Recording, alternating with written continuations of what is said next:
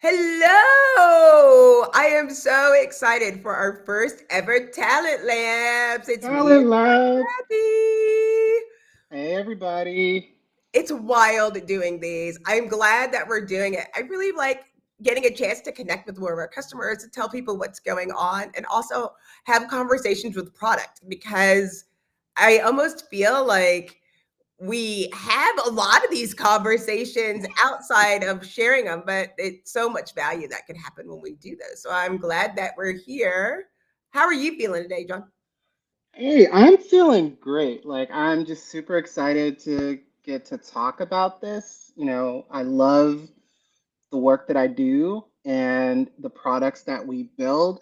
And I also care a lot about this space and how do we help people have better experiences at work, both, from a manager's perspective, but also from an employee perspective. Like we spend so much of our time at work.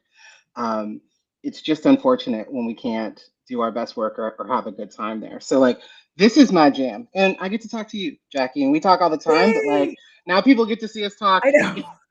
live in front of everyone. So it's gonna be great. Maybe we should tell people who we are. So, my Yeah. name's Jackie Clayton.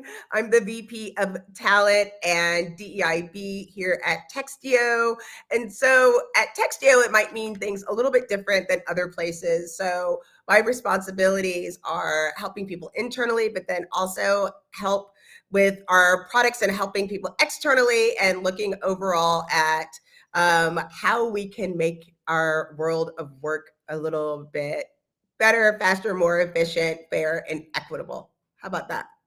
That's awesome. And I am John Cathy. I'm a principal product manager here at Textio. As my title implies, I work on the product team, so I get to build product at Textio. But what I really love about that job is being able to talk to customers and talk to actual users because I'm nosy and I love to get in people's business. And so but hearing about those pain points, just being a little serious, is what motivates me. And so I love that I get to hear that and then bring that back to the team so that we can build really good products that help users and solve real business problems. So that's me. I love that. And now we're trying to help people do less. Yes. Started the new Do Less manifesto. And it was funny because it took a lot of work to learn how to help people do less. Why don't you tell people more about that? Yeah. So doing less is, we live in a world today where everybody is being asked to do more with less.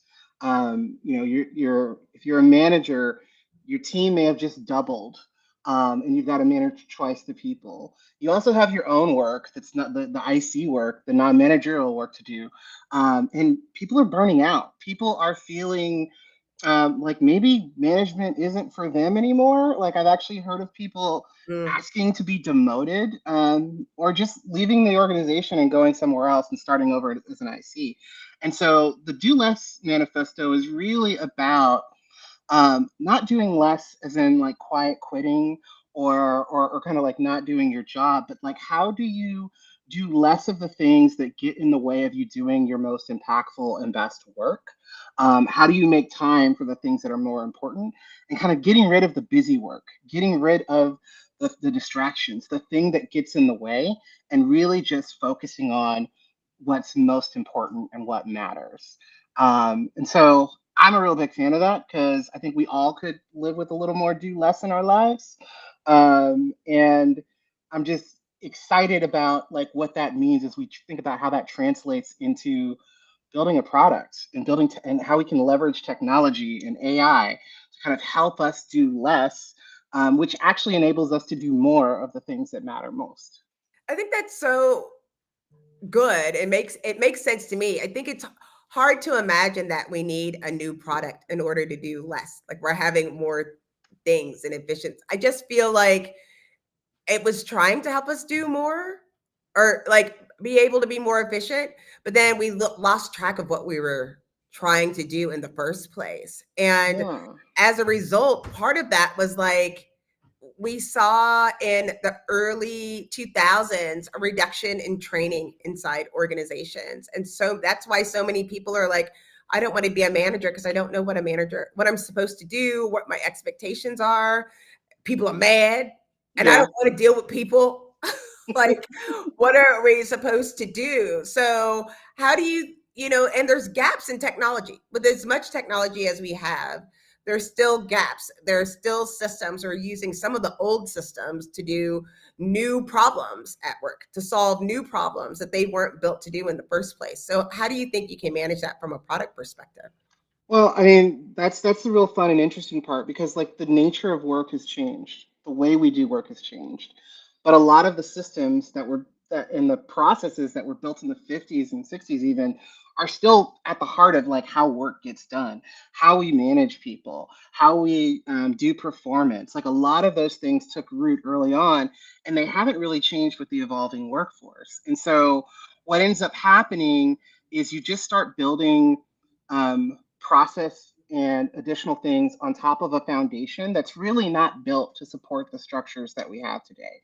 And so instead of creating efficiency, which is what we hope it will do, it actually just creates more work. Mm, We ask people to go into these systems and do these processes that are so far away from their day-to-day work. And it actually takes them out of the work that they need to get done just to kind of fill out the paperwork and kind of get stuff done. And that doesn't feel great. We don't, and then you mentioned like training kind of like going away. That also kind of adds to the more of this busy work. Like people don't, they're guessing or they don't know how to do things, or maybe they learned to do it by watching someone else who was never trained.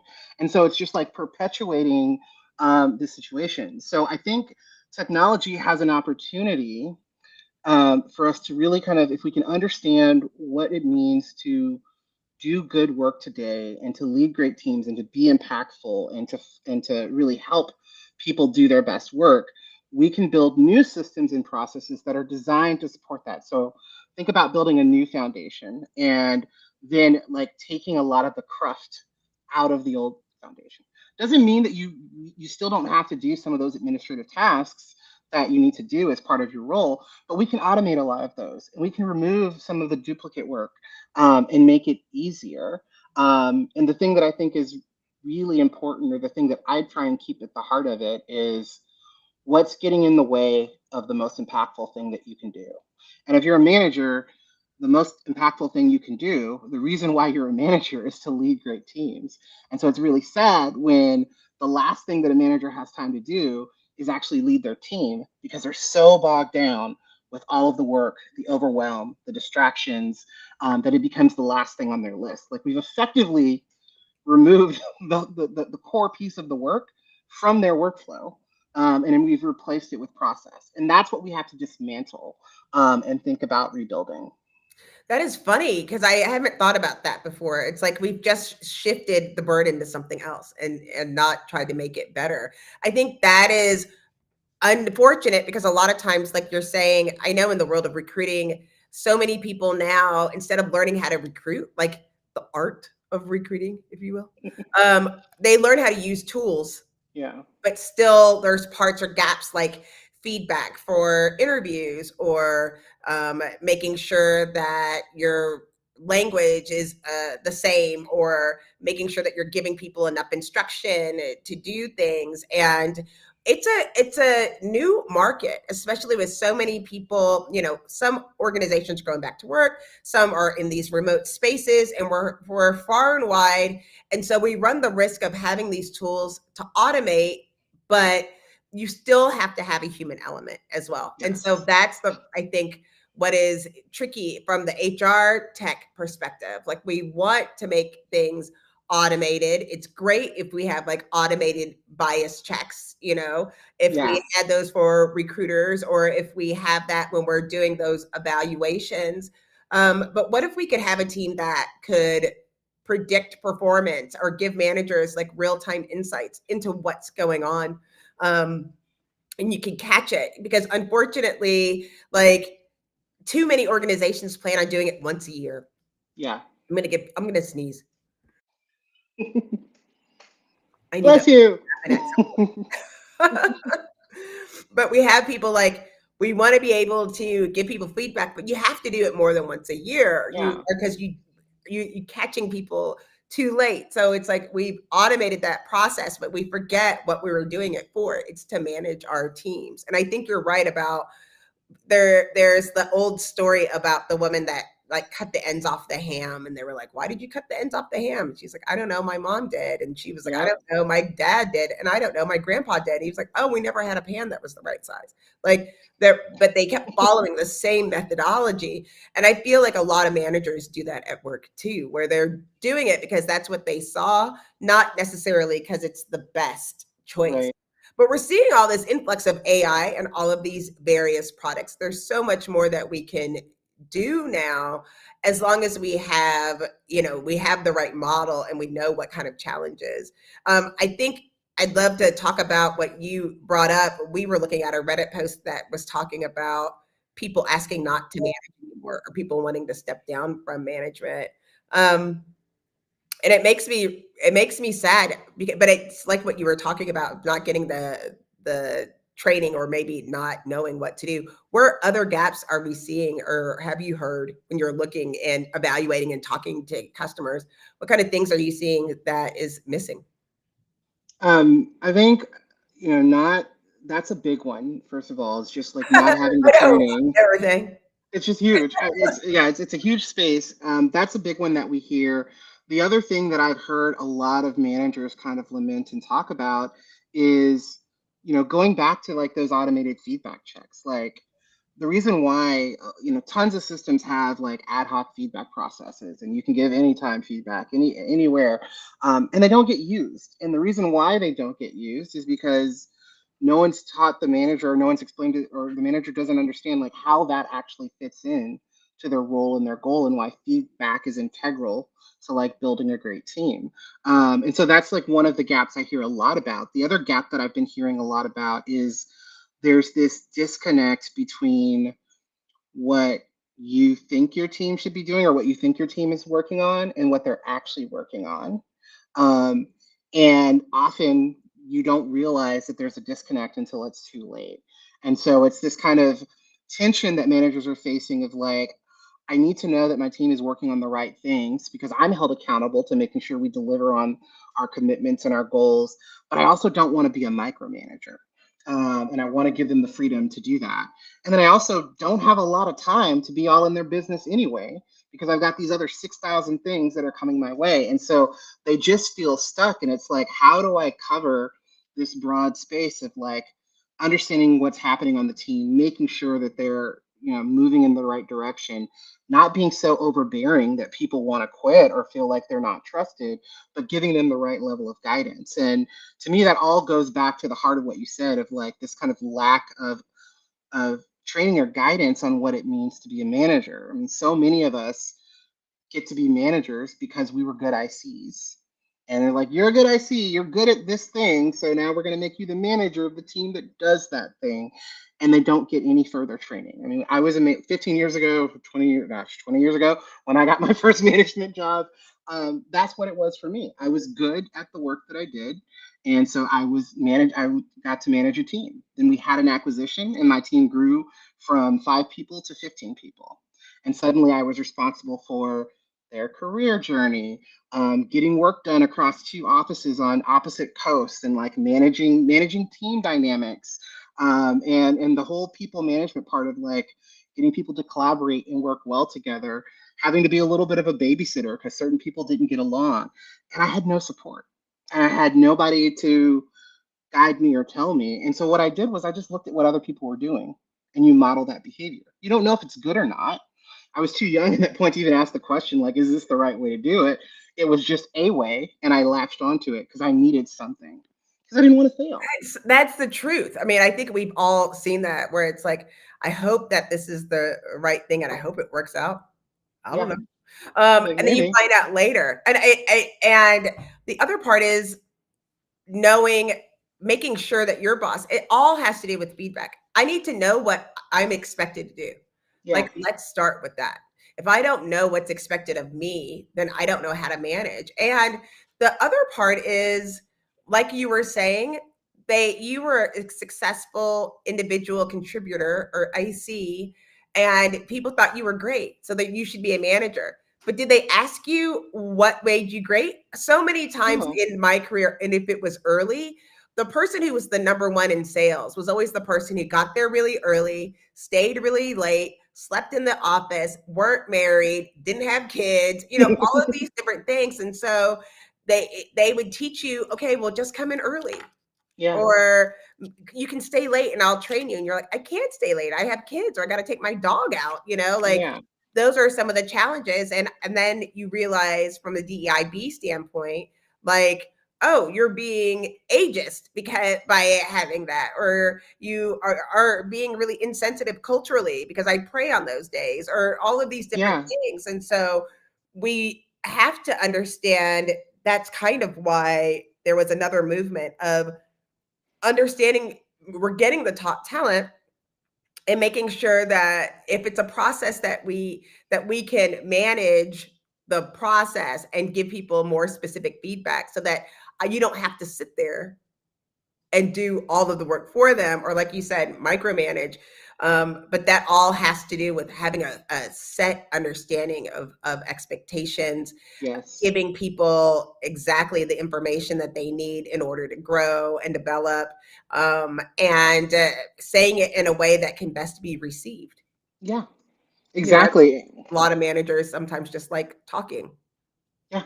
and they'd be like, "This is a great talk," and you're like, "I haven't said a word." I haven't said a word. Yeah, I feel like you have the managers that will just like talking and kind of keep going and just assume people by osmosis are going to pick up what they're putting down because it makes sense to them and they haven't really thought about the other person. And then I think, and I kind of fell into the second group, you have the hesitant, I'm talking about me, so I don't want to offend anybody out there. The hesitant, kind of like low self-esteem, kind of like tentative manager. And that was very much me. Of I didn't want to offend anyone. I wasn't very confident in my own skills. Like, so it was very tough for me to give critical feedback because I didn't know, like, well, who am I to give them feedback? Like, I don't even know how I got this role. And so I was Right. always like hedging, like, maybe if you could not take a 3 hour lunch, every day because we kind of need you in the out, like just not being very effective. I was lucky in that I did have somebody that pulled me aside and kind of like helped me and talked me through like why I shouldn't do that or why I needed to kind of think about that differently. But I think that's often goes to like you, and this is where bias creeps in. Like when you're put in that position with no training, you immediately go to what works for you because that's you only know your own headspace. And so if getting up early and getting into the office is what worked for you, if staying late, like you didn't have kids, you didn't have this, like you're telling other people that and you're not taking that into account, and you're creating a situation where there's no understanding and there's no room for growth. And people aren't going to be open to learning from you if you don't have an understanding of where they come from. A friend of mine, she said I could share the story, um, runs a large team, and half of her team is based in South America, and half is here in the US and Texas. And when she inherited that team in South America, um, no one told her anything about the the HR rules that were different there, the holidays that were different. Like she's just, here's your team, manage them. And she ended up finding out through trial and error. She would send out like, don't forget you have this great benefit. Please use it before the end of the year. Well, those folks in South America don't get that benefit. It's only for US employees. Oh no. And then having to kind of like go and like talk, pull that back, or setting up, certain meetings or get-togethers and realizing, oh, that's a holiday for them, and some of those employees being too timid to actually speak up and actually showing up. And then when she found out, she felt horrible because she just didn't know and she didn't have the tools. And so for her, she once someone mentioned something and she opened her eyes, she decided to be more curious. And she said, I don't know a lot about this. So I'm just going to go talk to my people and understand what they care about, what their life is like, what are the challenges, and what's because everyone doesn't work in the US. Everyone doesn't have a US centric point of view. But I feel like for a lot of managers, we don't do that because we aren't given the space or the time to really kind of like have that introspection. Or people are too scared to say anything to you because you're an authority figure. And so you find out when they leave, Right. when it's too late or That's there's a right. complaint. I have had that where like someone has said, oh, we do exit interviews and they're like, oh, my manager's horrible, this and that and this and that. And this person, and you're like, wait a minute, hold up, what? Like I knew what was you were going through with your manager, but why did this person affect you or these kind of things? I mean, at the end of the day, it's become cliche to say that, we're only as good as our people or our people are our greatest asset. Our diversity is our strength. These are things that you hear all the time, but don't understand how these things interact. I mean, and I do think that some of the technology has the ability to bring us together, but has Yeah. the ability of creating a wedge as well. And so if you do things really short, or if I'm only going to get one shot, if I'm going to meet with you once a quarter and I'm going to have a review or a peer review, you need to make sure that you're pretty straight of what you're saying Yeah. and that it's going to have the impact. And those things come in, they're in print.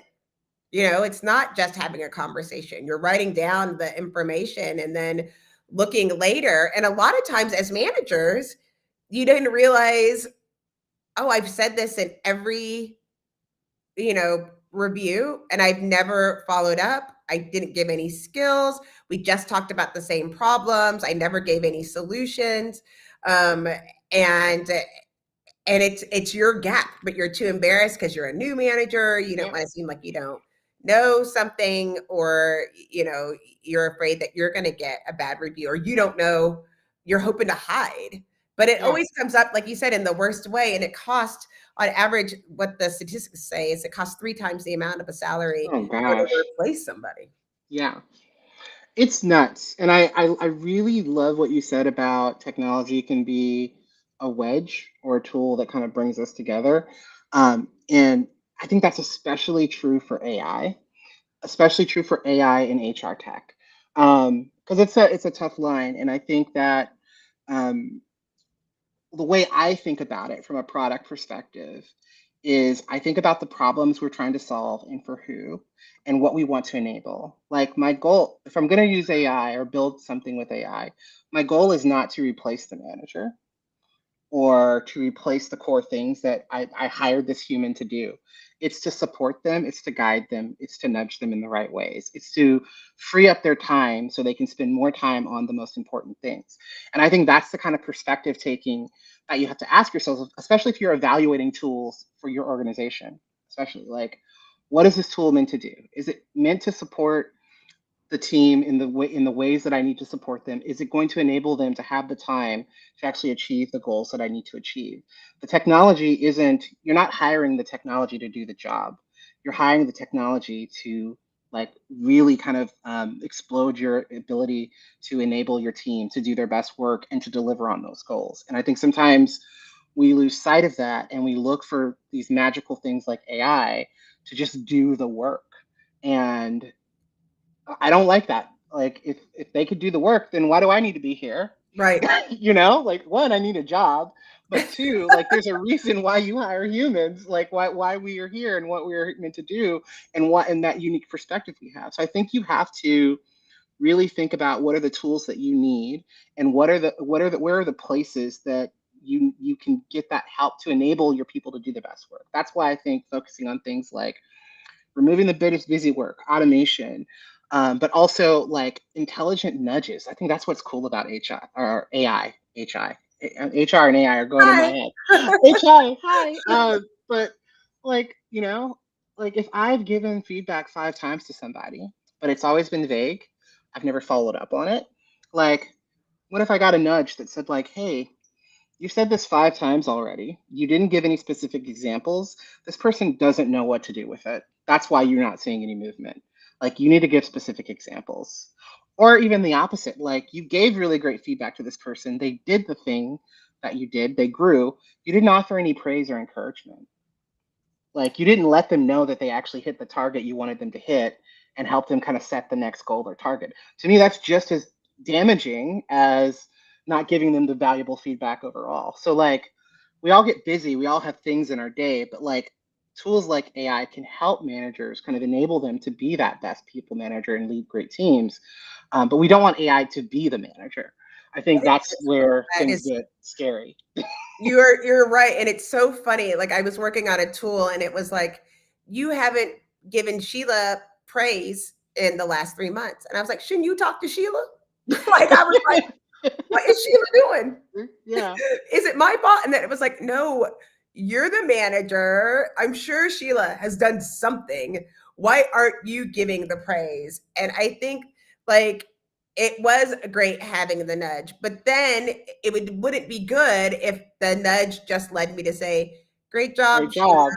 Sheila. You know? Yeah. And I think that's what happened. One of the things that I think is interesting is like when we talk about manage, one of the things that we look at and like at our organization we have customer success managers, and these are people that are managing a process, and it's then there's like managers that manage people, and I feel like some of the automation is really to manage some of the processes so that you can take more time to manage the people, because there's a Yeah. certain amount that you have to manage a process that does not free you up in order to help guide people, and you also can't be at all places at all times, Right. and so it's just you need a little help. I know one of the things that I appreciate about Textio is talking about like hedging. And I think, look, I'm hedging already. I think I of think. not being able to be definitive, and those things can be confusing. Of I think you might perhaps allegedly could be better, maybe Yeah. instead of just telling people like this is what I need you to do, or giving people praise and learning to give people actual feedback. And if anyone's watching, if you have something that you think works well or not, we'd love to see it in the chat. Yeah. And I'm sorry, I have a cold, and I it's just it's changing. The seasons are changing, and I'm changing with it, with us. Oh, the seasons are changing and I'm changing with it. I love that. I would love to know specifically when you think about products, what kind of things have you seen? How have you seen it change since like AI has been around for a really long time, but how have you seen it more recently as you've been kind of looking at tools or thinking about ways to enhance products? I'm seeing a trend in AI where AI is getting more verticalized to be specialized for specific domains or kind of teams. The early AI tools were very horizontally focused, like one tool to do everything. Like think of ChatGPT, like it'll do this, it'll do that, it'll write emails, um, and it's just kind of like one hammer to nail in every nail, no matter what the size is. And what I'm seeing now in the industry is people kind of realizing like there's a danger there. Like there's bias that you're introducing. There is, um, things start sounding the same and feeling vanilla. People now recognize, oh, this email was written by AI, or this thing was written by AI. Like I know a real person didn't write that. And so I think moving into a space where AI is more vertically focused, I think is the right direction because you're actually building tools for the specific purpose of helping a specific process, task, or group. So like, and that's what I'm excited about what we build, right? Like we are focused on building AI to help talent acquisition and talent management teams really enable to attract the right candidates and then make sure that your managers can actually manage great teams and that people can grow. And so by having that focus and then having the domain space of all the humans that know and understand that space, like we can build really great tools that are kind of purpose made for that domain. And I think that's a real advantage. So anytime someone is kind of looking at a tool set that they're looking to acquire, I always want to ask them like, look at the company, look at the tool set, like who do they serve? What's in their DNA? Like what are the problems they've been solving? Like are they solving the problems that you and your organization need to solve for and care about? Or is it something that's just like a peanut butter, I call it like a peanut butter spread solution? Like it's a Swiss Army knife. It does a million things. It does this, it slices, it dices, it does this. Like we Right. don't need that. Like you want the right tool for the right job. And so that's a big trend that I'm seeing in AI today. The other thing I'm seeing in AI that I'm really hopeful for is people are starting to ask more about like, is this AI safe? Like, how was it trained? What did it do? like how did you build this tool? Like what safety measures do you have in place? Um, and I think that's a good thing for the industry and for us is that Look, we're I sat no. down for so long, the lights turned out. I know. I was like trying to like just keep going. I was like, I don't know what's happening over there. Keep going. Jackie I'll is be right fading back because I'm away. in the dark.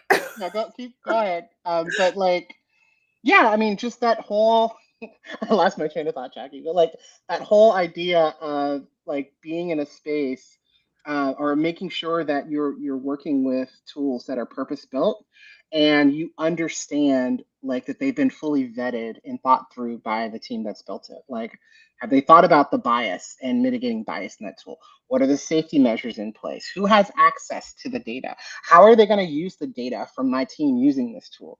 Like I'm starting to see organizations ask those questions, and those are the things that we need to see because if buyers aren't asking those questions, people won't be building in to make sure that they can kind of like answer those questions appropriately. So those are the two trends that I'm seeing emerging, and like both of them I think are good things for us.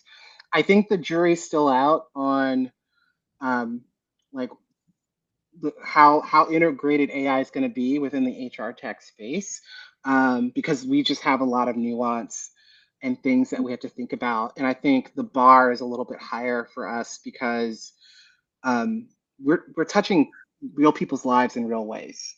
That's And right. so you've got to make sure that something is safe and right before you kind of deploy it at scale. And so I'm actually happy that like I see a lot of organizations, Textio included, kind of being more mindful and thoughtful about how they want to approach this space. I think that that's fair. And you're right. And I didn't understand, like, when I came to Textio and I was like, oh, so I use it for this and I use it for this. And it was like, well, it's made for job descriptions. I'm like, yeah, but can't you use it for this or use it for that? But it's made for job descriptions. And I didn't understand for a while where it was like really specific and that we built that model so you could train it to be more specific. Yeah. And I think that's a big piece that you're talking about. And also understanding like we are trying to mitigate bias and understand that there's also laws and things that you have to in compliance with HR tech Yep. tools. That's why you have to be really specific. We know that there's a compliance element and there is personal information in certain products, depending on what you want to do. Agreed. But all that being said, like I don't want to end on like a doom and gloom piece. No, no, I yes. think there's tons of opportunity, like for us, especially around the automation and kind of the coaching and nudging. And when I say coaching and nudging, like really specific coaching and nudging, not like you should tell Sheila, give Sheila praise, great job. More like, hey, like you told Sheila to improve on these things, here's what Sheila just did, and she hit this mark. Here are examples of the things Sheila did. You should give her praise. And we'll help you write that in a way that feels meaningful and good. Like if you're not great with your words or you just don't know where to start. But so providing the nudge, but making it easy to go from like, yeah, I should do that to like, I can get this ready to go in 2 clicks and it sounds like me and it's specific. And also like, it's, I also like Textio's reminding me, so it's in the top of my brain. Like Sheila's really killing it. Like she's doing all these things and she's really growing. So it's not just giving the praise to give the praise. You're actually now putting people back in the center of people management by taking the time to do Feel that. like it's power to the introverts.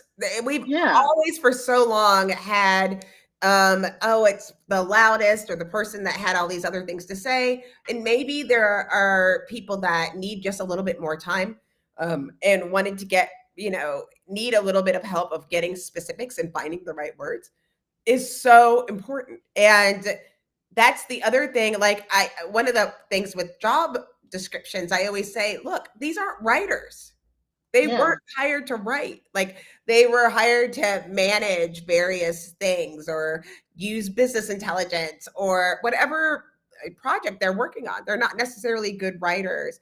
And then we ask them to write everything that somebody's done in the last year that has had impact and where can they improve. And it's like, I don't know. And that's why I always say it looks like a back of a middle school yearbook where it's like, stay cool, Stay cool. like Keep up the you're good work. great, love you like a sister. And it doesn't say anything specific. And some of the things can be automated where it's like you get a framework. This is like a project, and we need to look about how people are evolving, and you need to be able to move with technology. Um, One of the things that can be really tricky, kind of like you're saying, is like I don't remember on my own, and nobody is expected to remember, No. but able to have those nudges because I'm trying to do something else. And there used to be a time when managers just had to manage, but now majority of people have a separate workload along with managing people. Like there's different goals that only they can tasks only they can do. Um, but then also remembering, what did the employee that you're working with, where are their goals? Like you Yeah. can align it with the company goals, but have you thought about their personal goals? Are you meeting their expectations? And maybe your employees are nervous about telling you and giving you feedback. We've Yeah. asked people to give 360 feedback, and then they're like, I don't want my manager to know what I'm saying. I don't want to get fired. I don't want to get in trouble. And so just helping with a little bit of guidance, but it can help you become a better manager overall. And that's what I like about these. It's like I'm learning these things when I need them. You might Yeah. have heard me say, I didn't graduate from college, and I always say it was the greatest gift. And so when people say you would have learned that, I'm like, but I wouldn't have needed it until right now. I would, Yeah. if I learned that like 20 years ago, I might not remember, or it's changed, and meeting me where I am. And that's the other part. It's hard to know. We give very broad general instruction on how to do this, or how to manage without getting into the specifics, and you have a lot of, well, what about this and what about that? So to meet people exactly where they are, I think is just, it's really helpful to be able to do it there and give people other resources. I don't think anybody wants to be a bad manager. Nobody wakes Right. up and says, I'm going to be a bad manager today. Yeah. We want to be able to get better, but there's so many books and tools, and you have to know, how is this aligning with our company culture? Yeah. That There's just part. so much. Um, I so resonate with that because like giving the guidance in the moment like reinforces the learning and makes it real. Like especially if you're a hands-on learner like I am, like that's how I internalize something. And it also helps people create new habits. Because you're actually getting the signal in the moment where you need to do the different thing, and then you do it over and over, and before you know it, it's like it's now your process. It's like second nature, and then maybe there's something else that you have to learn or improve and get new. So I think it's a better way of learning and just kind of like reinforcing that, um, and I think that's really exciting. The other thing I that you said that really stuck with me was kind of like this whole idea of like what about the employees' goals and what do they care about? And I think that's really important. That's part of the job, and they may not be feel safe to tell you, or you've got to create that space and that opportunity to hear that. Um, Selfishly, it's also good for you as a manager, not just being a great manager, but like one of the things when we talk about having too much work, how often do we hear people not feeling like they can delegate things to their team, Mm, and so they end up doing the work themselves? If you know like what your team is excited about and what they want to learn about, and you have this list, like there's a ton of things that are development opportunities that you can delegate, where you can actually take something off your plate and give it to somebody who really wants experience or to like grow in a certain area and turn that into a growth opportunity. So like it's a win-win in my opinion, like if you're doing it well.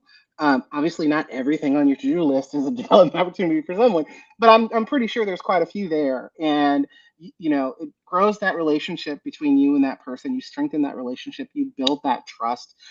The second you remember that somebody had a goal around this thing and then bring them an opportunity, that's life changing. The first time my manager did that to me, like something I said offhand months ago in a one on one, and they're like, I remember you said this and we have this opportunity, and I'd really like you to take a shot at leading this.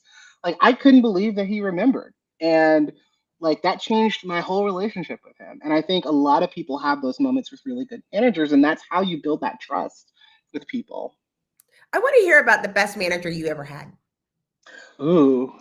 The best manager I ever had, and no offense to any former managers that I've had that are listening here. But was one of my very first managers. His name was Paul Ruskowski.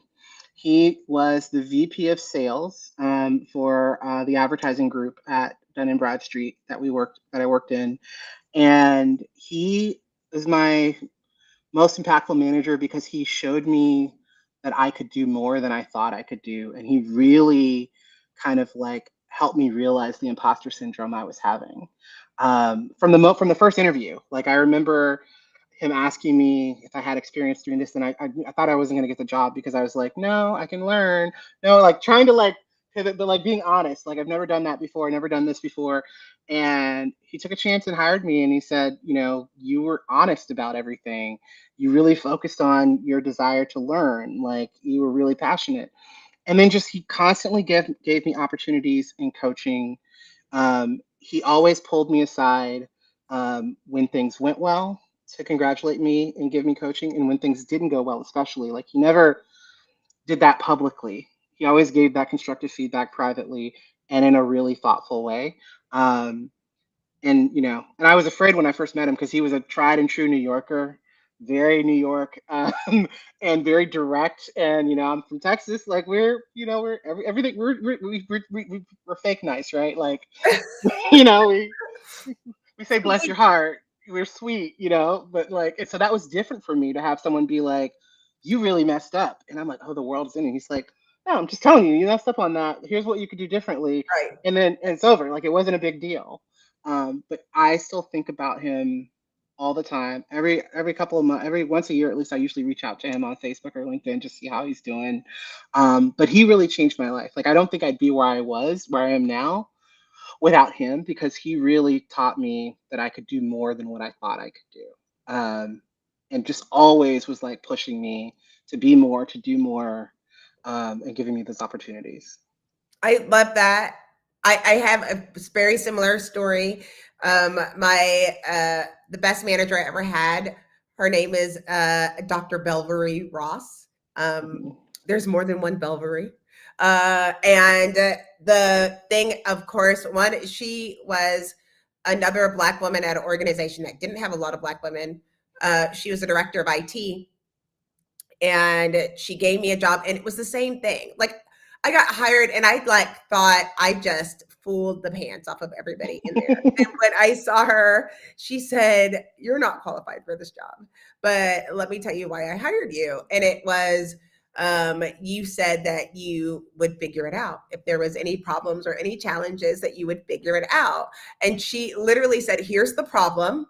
Go figure this out." And I was like, and it was huge. And I went to Yeah. Walden Books. That's, I mean, I know Oh I'm gosh, I dating myself. talk about a blast from the And past. it was a multimedia. She wanted me to create a multimedia presentation about the CRM remedy that was custom made for the IT department. Like literally, I went from nothing to creating a multimedia presentation about a custom software product. Wow. Um, and the reason that she did that, also, there was another IT director that was outsourcing all of that. And she wanted to prove that you didn't have to outsource all of it. And this was before Canva and all of the stuff that we have now, before YouTube and having to figure out all of these pieces. The book that I got was really huge and always would give me things like, and I just never questioned it. Like Yeah. when she gave it to me that I was supposed to figure it out. And I don't think one of the things in talent acquisition that we don't see a lot that we used to see more is opportunity. I'm hiring you for another opportunity. I want to talk to you about the other opportunity. And so that is important, that we are talking to people and you're giving that feedback. You're also giving opportunities in your messaging. And so by telling somebody what they can do to get better, you're giving them an opportunity to grow. If you're not giving that feedback, then you are also not helping this person grow. So it's the Yep. opposite of that. So giving me the opportunity to learn more, to do more, and to be more, I think is an art that people have been missing. And like you talk about, I like when I see Belvery, I talk to her at least once a year. when I got my first house, I asked if I could borrow money from her for like $1,000. She's like, "I'll drive to the bank right now." Drove to the bank, put it in the bank, because they didn't have a Bank of America in their town, wherever that was. Now you can do it online, but you couldn't at the time. So like you remember those good managers. I mean, I can't remember a lot of the bad member managers. I can just Yeah. remember they were bad managers. And it goes to when you're talking about how you make someone feel.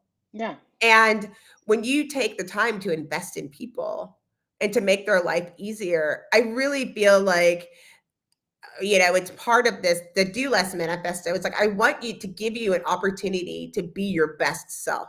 Yeah. That's what we're trying to do. And so there are some repetitive things that we can just automate, or that we can help with those nudges to make sure that you are keeping those things, but make it specific. I'm glad that you brought up earlier about, no, we're making this tool for this really small part. And now we just have to train people to understand, like, that's the model. And there's a big list we were talking about, like when you're picking AI tools, what should you ask? And I kind of flippantly said, you only need to ask one question. Can you introduce me to the team that built this? And if they say no, then be a little concerned. I mean, that doesn't mean Yeah. everything, but I mean, I would hope that they would at least be able to point you in the right direction. Um, because those models that's what it's built for. But I think a lot of them, you have no idea where it's built, what it's built for. You're going to have challenges to know when you should incorporate it, because the tools are getting really smart and they all Yeah. look like they're doing the same thing, you know. Yeah. And I didn't know for a long time, like we were talking about, different products could hallucinate and they make things up.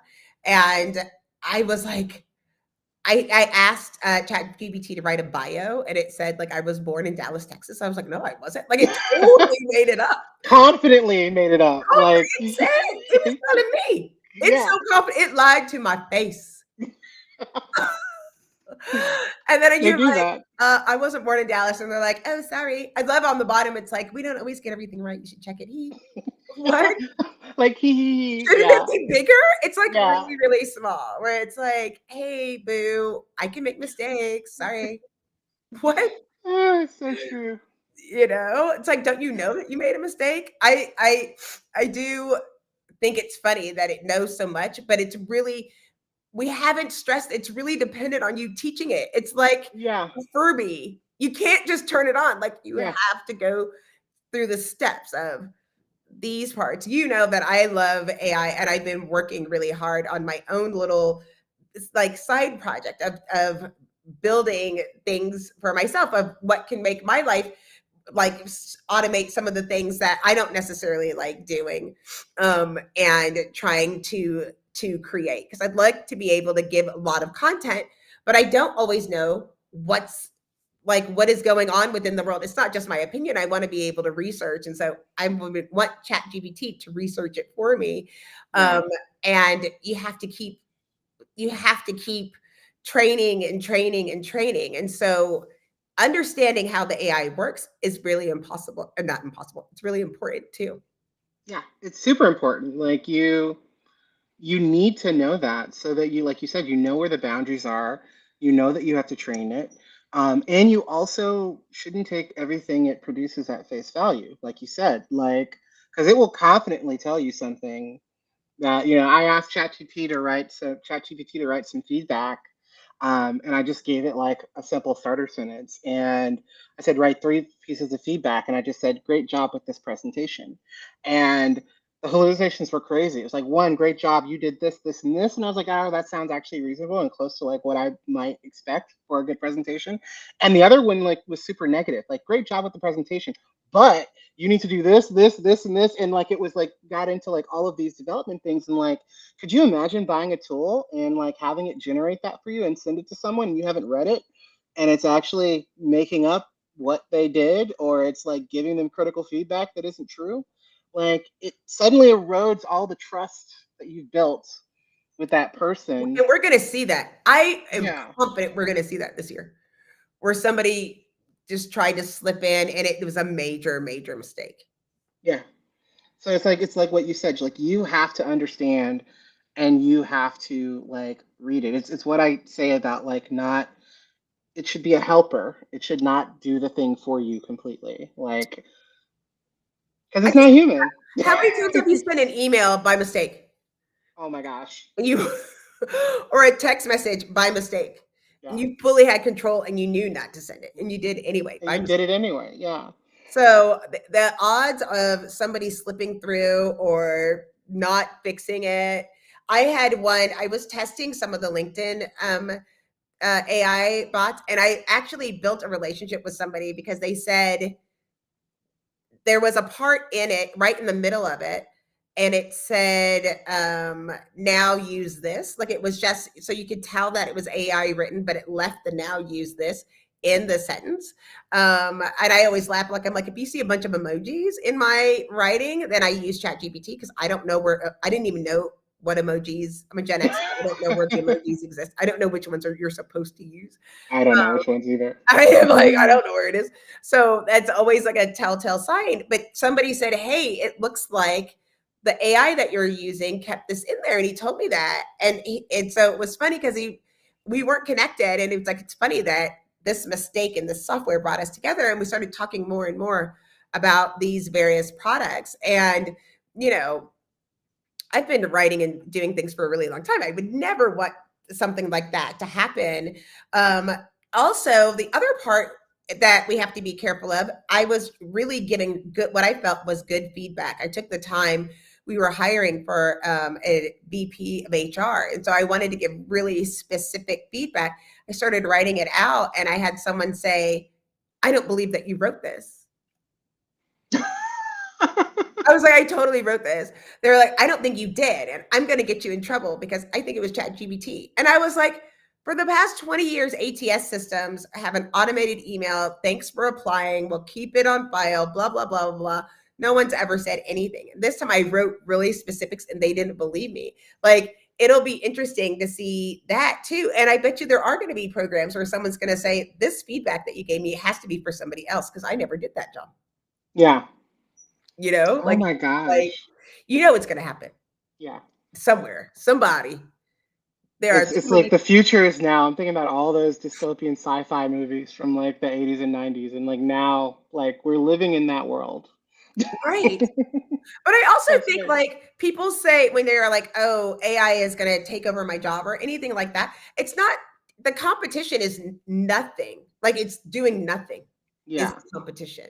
So like, you know, it might feel dystopian, but it's like, wait, I never got a really good review before. Yeah. You know, there's No. people who are have worked right now for 5 years and have never gotten a review. Maybe never got a raise. Never had, they Yeah. don't know. Today, Yeah. they don't know if they're doing a good job. But we know that the studies say if you don't give good feedback, people are leaving. Yeah. And you have to keep your best talent. That's one of the things that's so important to the organization because you don't get to transfer that knowledge. Yeah. You don't. And it's like it's not even just giving like that's why I love that latest study report that we just launched on feedback because there's that fallacy that like if somebody's doing great, I just have to like pat them on the back and tell them good job. I need to give feedback to the other people. And it showed like, no, like when you don't give good, valuable feedback to your top performers, like they're leaving too, because they're not getting that feedback. They're not getting the growth that they need. And I was so glad to see that because that's something I've always hated. Like either I get, in your career, you get like, great job, keep doing the work. Like it's the yearbook thing, keep being you kind of Right, stuff. And unless you're not doing something well, and then you get like critical feedback and it right. just feels bad. Um, Or you and just it's get all, fired. or you get fired and you don't know why. That's happened where it's like, I don't Yeah. know. They told me I was great, or they give you good feedback and you get fired. Yeah. If y'all don't Or know that, what we're talking about, I'm gonna put this up here. Sorry, now it's covering your face. You're gonna have to sit up like that because so people don't feel like they're scanning gotta your get my posture up. Yeah. right. We'll leave it up so that you can have a free trial of Textio Lift that can help you with your performance feedback and make sure that you're giving up. We'll leave that up. We're getting down to the last 5 minutes. What do you think is the most important thing that people should know if that have joined us for today? I think the thing that I'd want people to take away is I really want to go back to the Do Less manifesto, because I really believe that what we're seeing in work today is not sustainable and scalable. Like, we are just asking too much of people and they're burning out. And some of them are opting for the alternative, like you said, which is doing nothing, which is not great. And so, like, the thing I'd want to leave people with, for this is really kind of like leveraging tools like Textio or other tools to find ways to help your team do less, of the things that are not so important or that's just busy work, and give them the time they need for the most impactful work, for leading that team, for making sure that you're meeting those goals, or kind of developing, the next group of leaders, that you need in your organization to kind of like hit the next milestone. Um, that's the power of managers, and I feel like we're squeezing that out of the world. So, like, that's the thing that I'd want to leave people with. And the other thing is just start thinking about what are those things that you do because you've always done it that way. I go back to the ham analogy you gave Yeah. earlier of like, my mom always cut off each side of the ham, and so we do it and we do it. And it's like, I would kind of pose to people to ask themselves that question. Why do we do performance feedback that way? Why do we onboard employees this way? Why do we not do this for managers? And like, start asking why, because I think behind those whys, I think you will uncover a lot of things that maybe you can automate or get rid of, and so that you can kind of make more space and time. So that's what I'd leave people with. And I'm trying to keep my head I up. um, yeah, and just yeah, that's it. What about you? I want people to know that like managing people isn't a skill that you're just born with. Like you have to Yeah, be taught. And if you haven't taught somebody that you've put into management and verified those skills, maybe you need to give different feedback to your team. There is a chance that they may not know. And this isn't stepping on somebody's toes, it's making sure that resources are available and give them an opportunity in order to get better. Again, it can be Textio or another tool that meets people where they are to get to specifics of where that person needs additional assistance. That's the other problem. Like you send them to manager school and they'll learn time management, finance, pivot tables, budgeting, all of these things. Maybe they'll learn feedback, maybe not. And when they leave, they can't retain all of it. yeah, Find a tool that can meet them exactly where they are and give them what they specifically need help with, whether it's problematic feedback or maybe it's like they write sentences that are too long or they're not that specific. Like give them the help with the things that they need to get better so that they can become better managers that can have better results and give them that opportunity. And as a result, they will end up having to do less management of people. They'll be able to build more relationships and be able to manage processes better because they are able to inspire and encourage a team to be better. I feel like that was so many words. it was a great ending. Like, use Textio. No. Yeah, that's right. That part. But I think like we're gonna try to have these like every third Thursday so we can keep talking about what's going on in the world of talent, various products that are coming out, and like share a little bit more about what we're doing here at Textio to help people do less but also be better. So I appreciate everyone stopping by with us. Feel free to put things in the chat. We'll get to those. We'll answer any questions, even if it's later. This will be up for recording forever and ever and ever. So I appreciate it. And again, I am Jackie Clayton, and I am with. I can't do. John Kathy. I was like, where are you going I with was like, that? I'm not. I can't do the high five. I'm not. Yeah, I'm with John Kathy, or I'm John Kathy, and I'm with Jackie Clayton. And thank you. All right. See you soon.